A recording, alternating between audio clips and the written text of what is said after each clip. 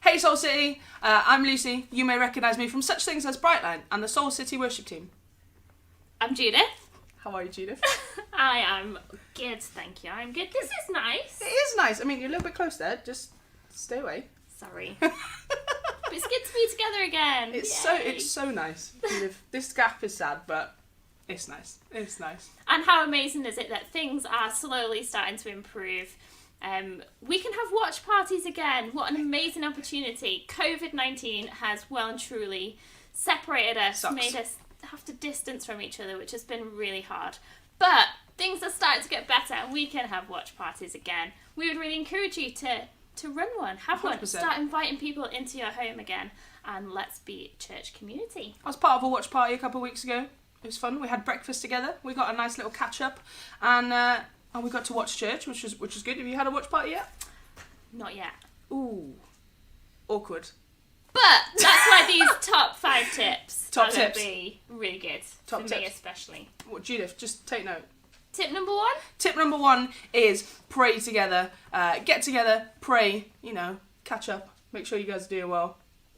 And pray for Tip things. number 2, invite somebody. Make a real intentional invite. Let's invite people into our homes or outside if you prefer to do it outside if that's possible. I mean, if you have a TV outside, then that will work. Tip number 3 is put church on the biggest screen that you have at home.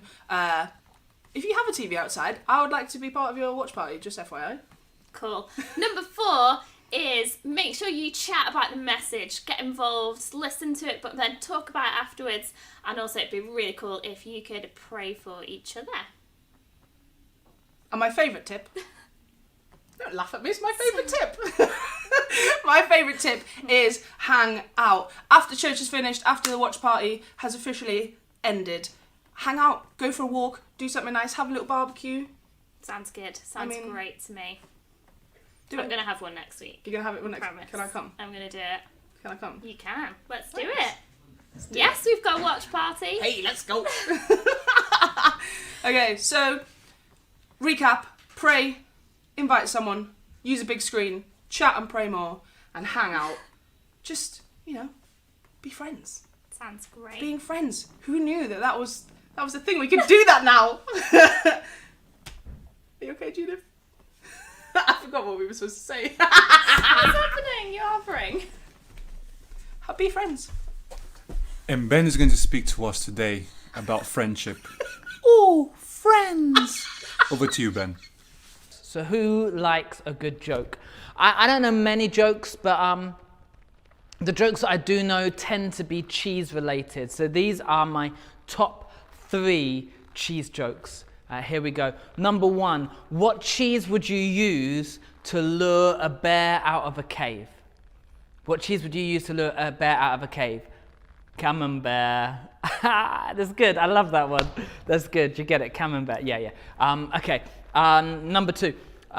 Which cheese is made backwards? Which cheese is made backwards? Edam. Do you get it? It's not so much funny as it is clever. EDAM, made backwards. Edam. Okay. I got one more. This is the best one. What kind of cheese are you not allowed? Nacho cheese. It's nacho cheese. It's my cheese. It's nacho cheese. Okay, this isn't working. This is a bit weird, isn't it? It's a bit awkward because the reality is no one's laughing because the jokes are bad. But I'm also on my own in a big hall, and it's awkward to tell jokes and there's no one there. And if anything, it just makes me realize how alone I actually am. I mean, I know that you're there and I'm here, but this isn't like reality. Do you know what I mean? You can only see the top half of my body. I could be wearing no trousers. I could be doing anything.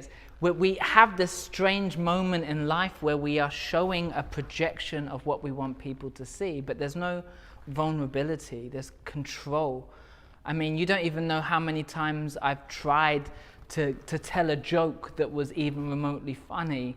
It is strange and it is distant, and I think that in this time more than ever, there is a deep sense of loneliness.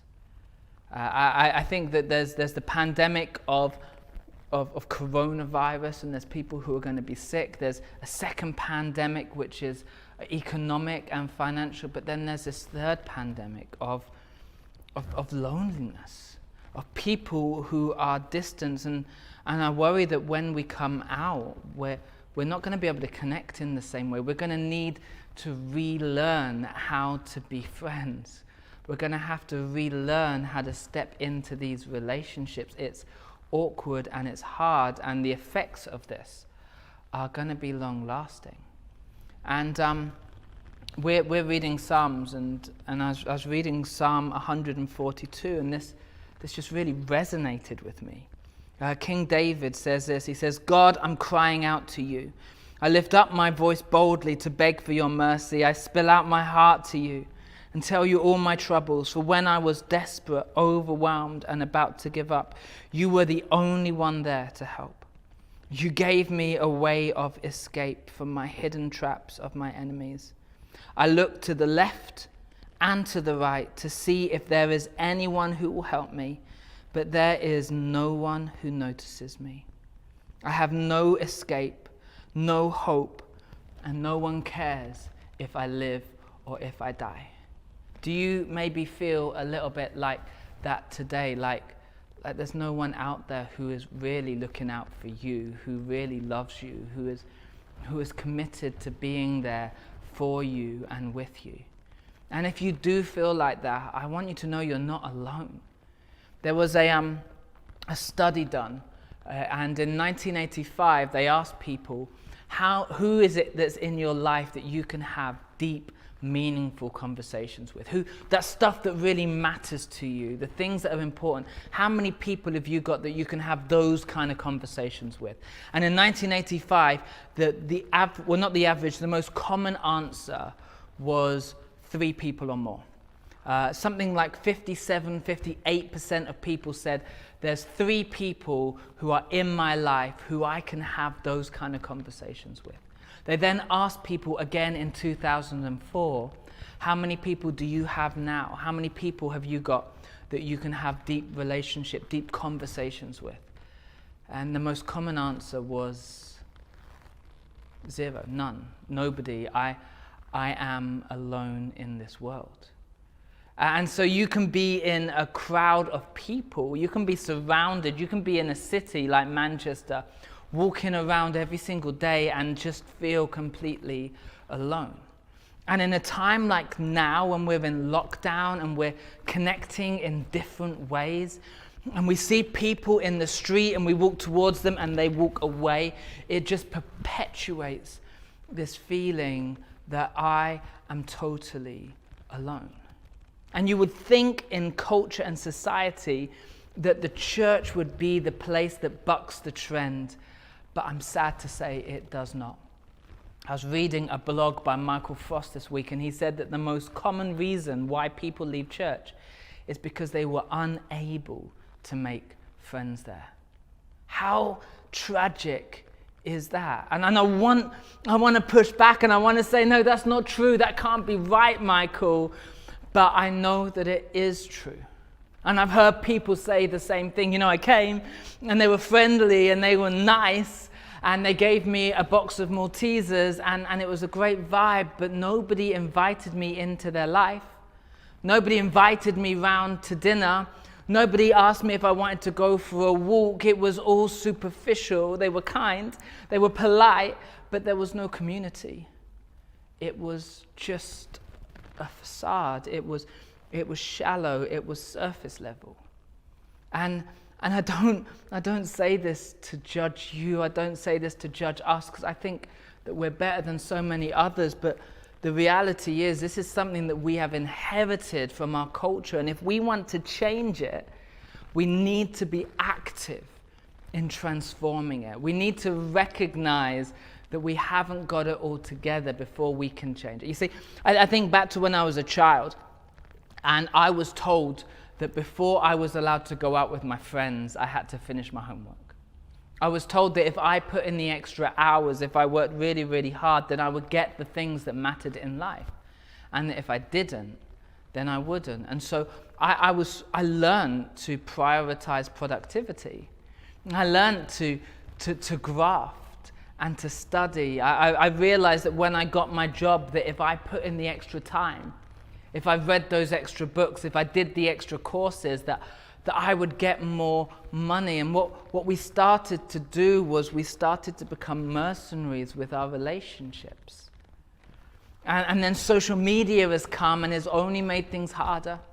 We're more connected than ever, and yet we're more distant from each other than we have ever been. We have all of these people who see our lives and know what's going on with us, and yet at the same time, who is it that you have who you can really talk through the big, the juicy, the deep, the important things in your life? And this isn't just a nice thing to have. Sociologists have studied this, and they found that people who have deep relationships, they live longer, they have less mental illness, even to the extent of like degenerative brain disease. It's less likely to impact somebody who has deep relationships in their lives. Deep relationships, they affect every aspect. They can even track it down to your economic future. The people who you spend the most time with, you're likely to earn the same amount of money as them. Like our deepest relationships, they shape everything about us. And people who don't have them, it is as dangerous and as traumatic to their bodies as smoking 20 cigarettes every single day. It literally kills us. And when you feel rejected from people, when somebody smiles and welcomes you and then turns their back on you, that feeling of rejection, it accesses the same part of your brain as bodily trauma. It literally hurts like being punched in the face. We were created for connection. You were made to have friendship. And so I've been wrestling over this, because I want us to be the kind of church that bucks this trend. I want us to be the kind of church where people look and they're like, you know what, I don't get everything that they believe. You know, they seem really, really focused on Jesus, and I don't understand all of that stuff, but I mean, look at the way that they love one another. Look at their relationships. Look at the love in that community. There must be something about, I want to have that kind of community where anybody can walk in, and it doesn't matter what their background, it doesn't matter what their behavior, it doesn't matter who they have been, that they can come and be part of something. You know, we are a growing church and we're reaching new people all the time, and I love that. And we're not going to long be able to say that everybody can know everybody. But I don't want there to ever be a time in our church when somebody can say that they weren't known. You don't need to know everybody, but you need to know somebody. And I've been thinking through 5 ways that we can transform the way that we do friendship and relationship, that we can change this in our community. And the first one is we need to take radical responsibility. We need to say, this begins and ends with me. I'm going to be responsible for the friends that I'm going to have in my life. I think so often we wait to like fall into friendship like you fall into love. You know, I'm going to just find someone and we're just going to click and it's going to be amazing. And we wait to fall into friendship. We don't fall into friendship. We create friendships. We take responsibilities. So often we want to find friends, but actually we need to learn how to develop friends. I remember my dad used to preach a lot in church growing up, and he must have preached 100 sermons that I heard, but there was one which stood out, the only one I can remember. And in the middle of the sermon, he said, do you know what? Friendly people have friends. And it punched me on the nose, because I was there complaining that I didn't have friends. And I realized that the problem was that I wasn't taking responsibility. It starts with you.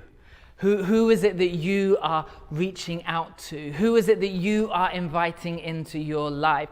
It shouldn't be the responsibility of someone coming into our community to try and find friends, to try and do the work, to try and invite people around to their house. We should be taking that responsibility ourselves. Hey, come round for a Sunday roast or a Sunday brunch or whatever it is that you want to do. Do you want to come out for a walk with the family? I recognize that these are strange times. Maybe you're isolating, you're like, I can't connect with families in the same way. Well, be the person who picks up the phone. Be the person who makes that call. Be the person who sends the email. Be the one who initiates. Be a friend creator. If you learn how to make friends, it doesn't matter where you go, you will always have enough friends. Whereas if you're always waiting for somebody else to bring friendship to you, you're vulnerable. And it might well be that you go the rest of your life and you never find those deep relationships that you were created for. So the first thing that we need to do is we need to take radical responsibility for the friendships in our life. The second thing we need to do is we need to learn to listen with empathy. Listen with empathy.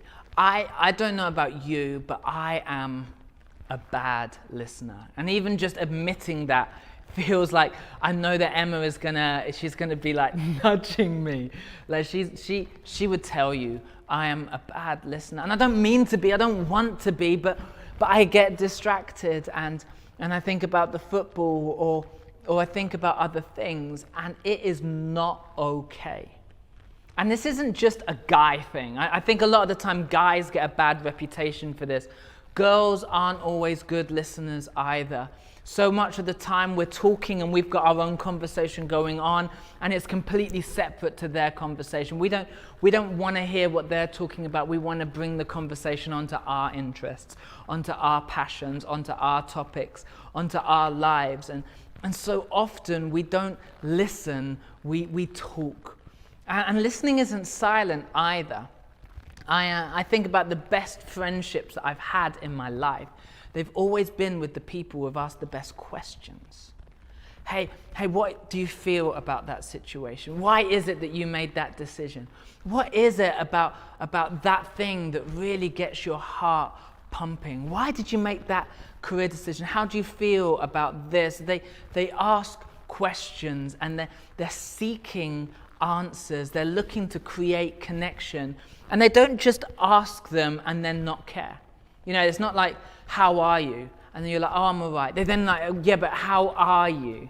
And then as you share, they want to get involved in your life. They want to push in. They really care about what's happening with you. I think that it's impossible to love someone and not listen.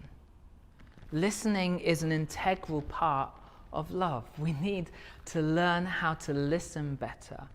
In that time when you're starting to connect, you're starting to get to know people, ask them questions, find out what their passions are, what's their dream, what are their ambitions, what do they love. Let's be people who learn to listen. So we need to take radical responsibility. We need to learn to listen. And then the third thing that we need to do is we need to prioritize people over productivity. We need to prioritize people. So often we look at our schedules and we're like, I'd love to be in a small group, but I've just got so much going on, you know. I just don't have time for it at the moment. I've got other things that are happening. And we prioritize productivity. We prioritize work. We prioritize learning. We prioritize study. We prioritize Netflix. We prioritize all of these other things over people. And then we wonder why we don't feel fulfilled, and it's because there's something missing, and that thing that's missing is the people. We have to learn to reshape our priorities. And this is radical.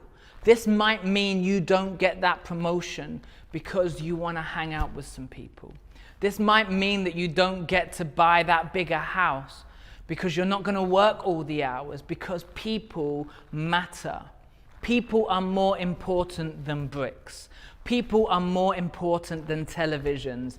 People are more important than stuff. This matters, and we need to remember this.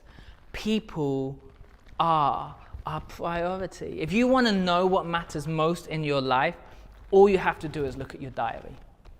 Just go and have a look down. Look at how you spent your time. If you're not sure where your time went, you could spend a week and just every hour write down, this is what I did this hour. This is how I spent this hour, and see how your time stacks up. That will tell you what's important in your life. You don't need more time. You don't need to be less busy. You just need to change your priorities. When I was a kid, there was a song on the radio. I think it might have been Janet Jackson or Whitney or one of those divas, and the song went like this. It says, "The best things in life are free." Do you know it? Like, the best things in life are free. Da da da da da da. What it means to me. Yeah.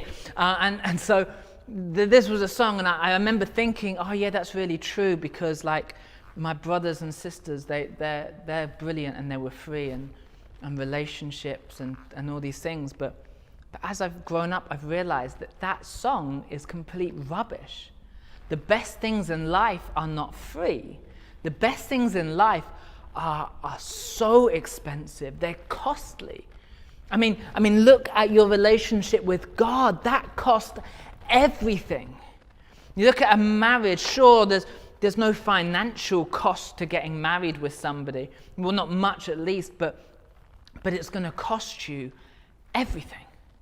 Your children were free, and yet they require so much. Your relationships, your friendships, the best relationships, the deepest relationships you are going to have in your life are not going to be free. They're going to be costly. They're going to be expensive. They're going to need reshaping of priorities. They're going to require you to change some stuff. It doesn't just happen. You have to put in the time. I think about my best friends. They're not even people who I have to do something with. This isn't like, they're not always the people you have a Bible study with. They're people who you do nothing with. People you play on the Xbox with. The people who you just hang out with.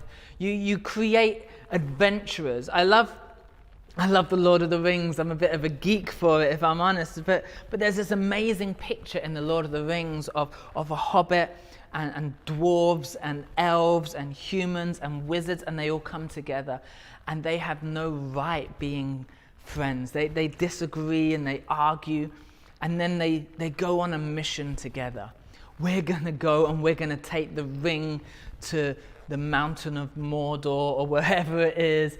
And in the adventure, you see the dwarf and the elf, they start to become best friends. They fight together, they argue together.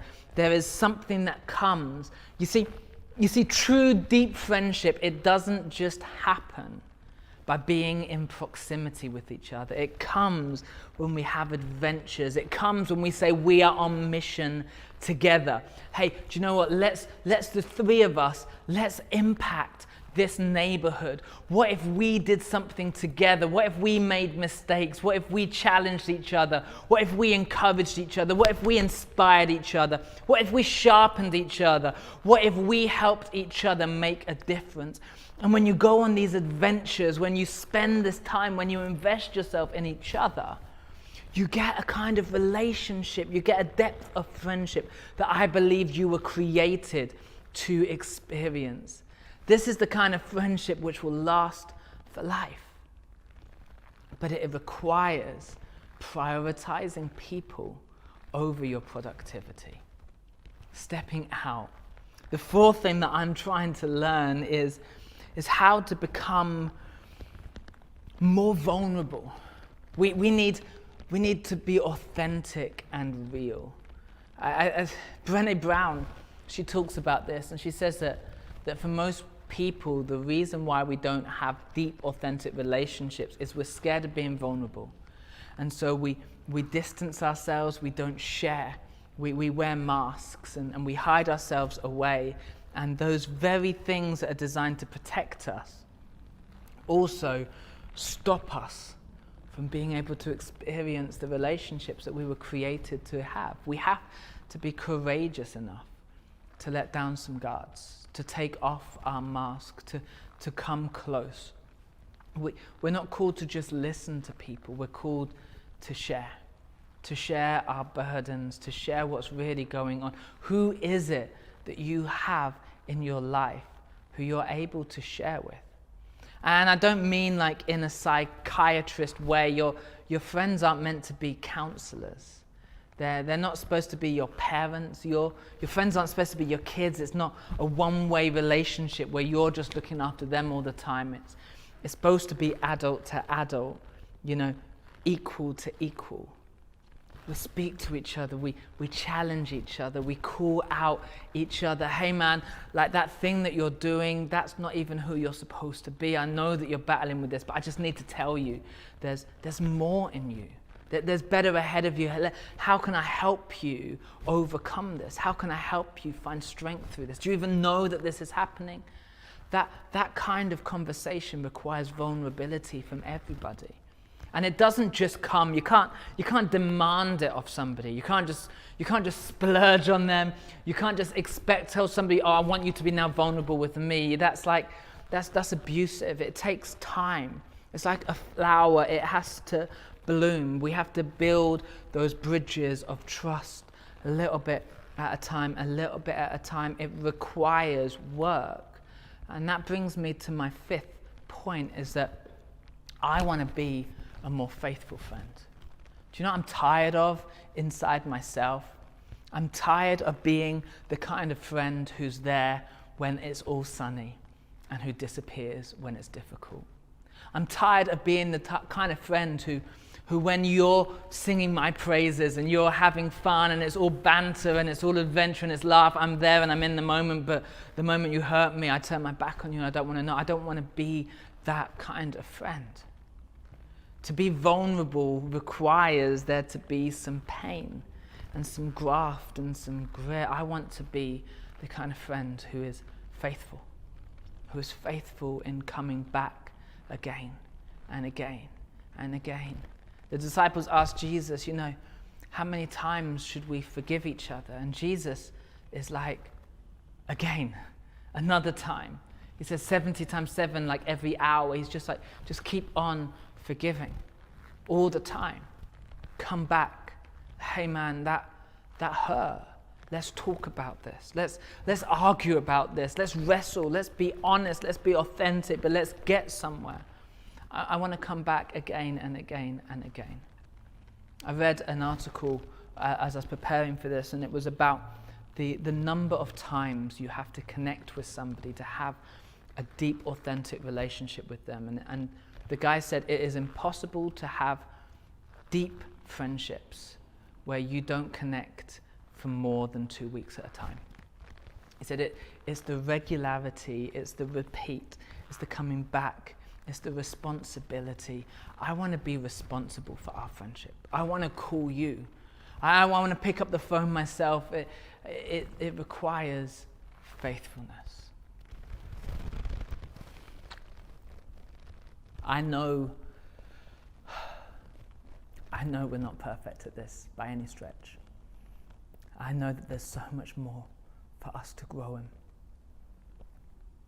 There's a passage in John, and Jesus says these words. He says, "A new commandment I give to you, that you would love one another as I have loved you." And he finishes it by saying, "By this shall people know that you are my disciples." You see, it's not in the way that we do miracles. It's not in raising the dead. It's not in preaching the gospel. It is not in serving the poor. It's not in charity. It's not in your disciplines. It's not in your prayer life. It's not in how well you've memorized the Bible. Jesus says that's not how people will know that you really know me. It is through the way that you love one another. It's through your relationships. And we have to recognize that this isn't just going to happen. It's not just going to be natural. It's not just a cultural thing where we can just come together and go, oh, now we're all besties. This requires graft. This requires work. This requires forgiveness. This requires showing up again and again and again, whether we feel like it or whether we don't, whether we want to, whether we've had a hard day. This requires praying for one another. This requires loving one another, supporting one another, challenging one another, being there for one another. We all long for these relationships, and we just hope that they will happen. But we need to stop hoping and start helping. We need to step in and say, I refuse to be somebody who just wants to fall into a perfect community. I'm going to be somebody who crosses the room. I'm going to look out for somebody else. I'm going to be somebody who invites somebody into my life. I don't want to just invite someone to church. I want to invite you around my dinner table. I want to invite you into my home. We need to be the church that God wanted us, that God created us, that God designed for us to become. This kind of church is a family. And in a family, we all belong. I want you to know that there is a place for you at Soul City Church. If you are just logging on, if you're just watching this, there is a place here for you where you are wanted, you are needed. You don't have to have it all together. You don't have to believe to belong. But we want to welcome you, and we want you to be part of our lives. I want to challenge everyone today. How are you going to become the friend that you wish you had in 2020? This is the year when we need friends. And over this time, this isn't going to happen through systems. It's not going to happen through us creating processes and groups.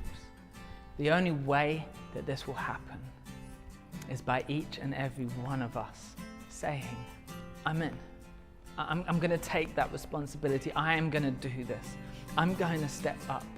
And I believe that if we all do this, if we all push in, if we are all those kinds of friends, we will create a culture where people flourish and people know love. I pray that just as you know Jesus has loved you, you would love each other, that you would love people around you relentlessly, without limit, without expectation, without requirement, that you would just love.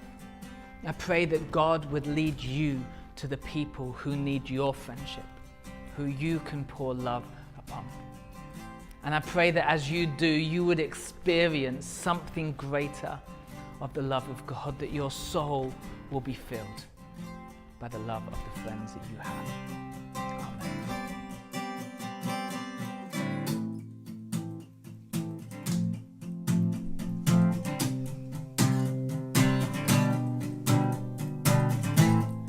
Nothing can separate, even if I ran away. Your love never fails.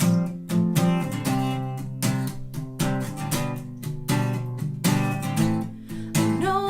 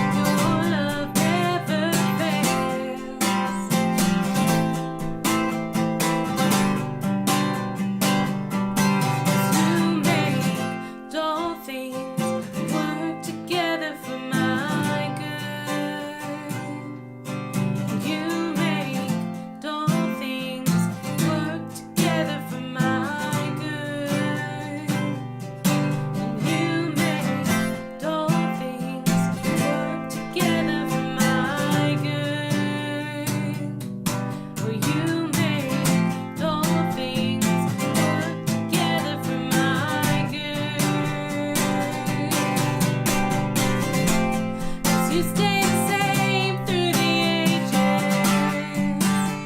Your love never changes. There may be pain in the night, joy comes in the morning. And when the oceans rage, I don't have to be afraid, because I know that you love me. Your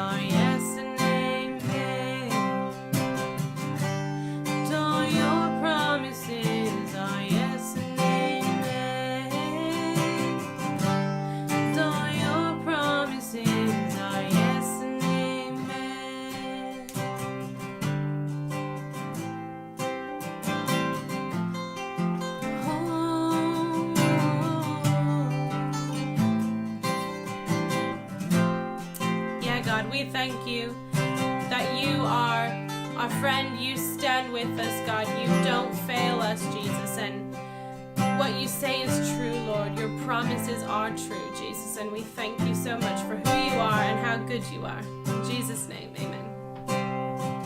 Thank you so much, Ben, for what you shared, and also big thanks to Jacob and Rachel for leading us in a time of worship together. Beautiful. It was. It was. We want to continue with our worship right now. We want to continue through giving, and there's a few ways that we can do this. We can do it through the app. True. We can do it online.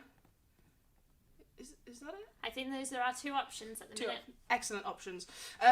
Excuse me, but we want to we want to continue, with our worship. Like I said, through giving and being generous with what God has given us, and it's super encouraging. I always feel like it's one of those weird things where it's like, oh, I don't really want to do this, but actually, it's about the heart behind it, and if you give out of being generous for what God has given you, the blessing. Is it right? Oh man, the countless stories that I've heard of people giving when they don't necessarily think they have enough to be able to do that, but actually God has blessed them in return. It's crazy. That's cool. It's so good. Anyway, did you know that we have made it through 19 weeks of church 19 weeks. online? That's 19 crazy. weeks of lockdown church. Can you believe that? I mean, I'm a little bit offended. Oh. 19 weeks, and this is the first time they've asked me to host. I'm just saying. A little bit offended. Anyway, it's been amazing. 19 weeks. 19 we weeks. have done well. It's been so much fun. You guys are amazing. And do you know what also is very amazing and very exciting? And I am ecstatic. Judith got engaged. I did. Yes, Judith. Judith got engaged to Chris. What a man. What a guy. His dad jokes are excellent. How do you feel, Judith? I am super happy, super excited. Good. Have you started planning? Do you know what? We have started to plan, which seems slightly mad, seeing as though we're in the middle of a global pandemic. But we have started to plan a wedding. Amazing. But yeah, we'll see what happens. Whatever it looks like, I'm sure. It'll be Amazing. So, 19 weeks. We're done for this week, I think. I think so. Sad. It's been amazing, though. It's been a pleasure. It has. And a joy. Indeed. I've got to hang out with Judith. What Aw. fun. Anyway, we will see you next week. Have an amazing week, Salt City, and God bless.